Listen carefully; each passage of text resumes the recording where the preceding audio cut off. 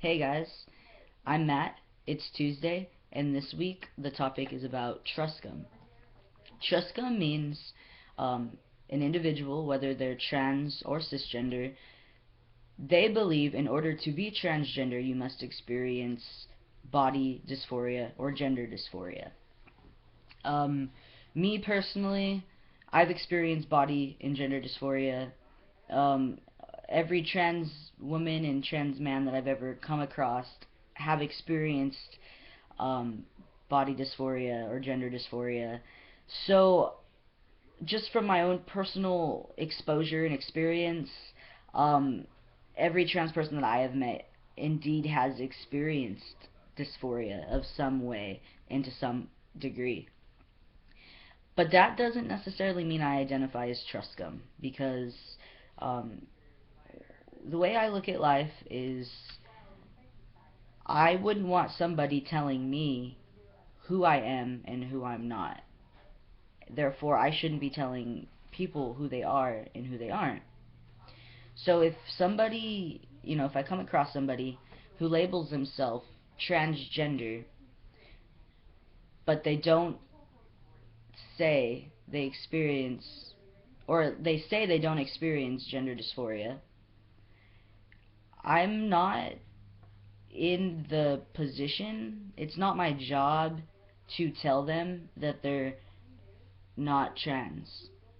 It's just not, it's, if they're identifying as trans, then they're identifying as trans. I wouldn't want someone to tell me that the way I'm identifying is incorrect.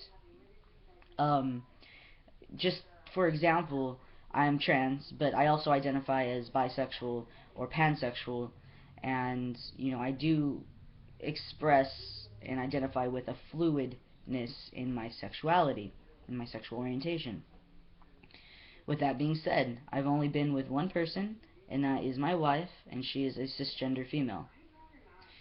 I would not want someone to tell me that I am not bisexual or pansexual, and that I should not identify as bi or pan because I have only ever been with a cisgender woman. It is not their job to tell me how I feel, and it's not their job to tell me how I should and how I shouldn't identify. So that's the way I look at, you know, Truscum as well. If you truly honestly believe that in order to be transgender and to take on the label as transgender, you must feel body and gender dysphoria, then that's just the way you perceive it.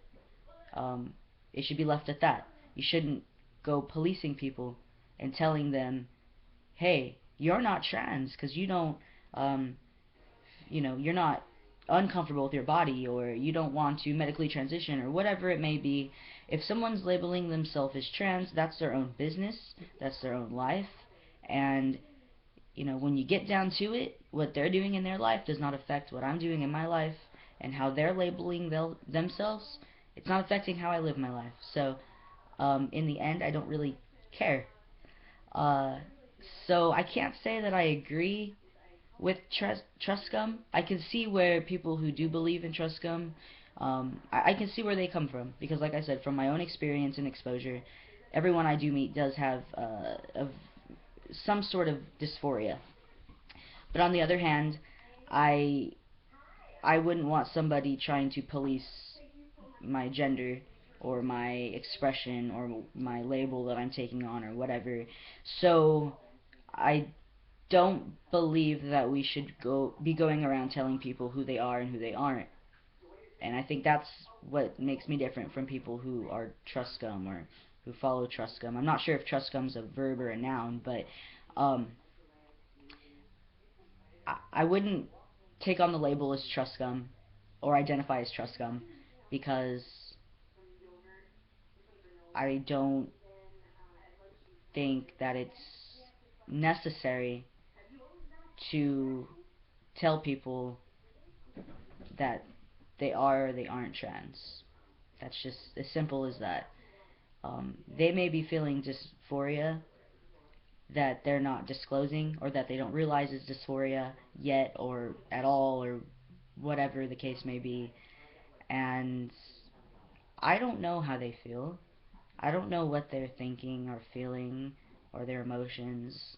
So it's like I'm not really anybody to be telling them like, oh, you're not afraid to open your mouth even though your voice doesn't match your appearance, then you're not trans. No, that's incorrect. At least for me, that's just not the way I go about things. So that's my thoughts on Truscum, and I look forward to making a video next week. Thank you for watching.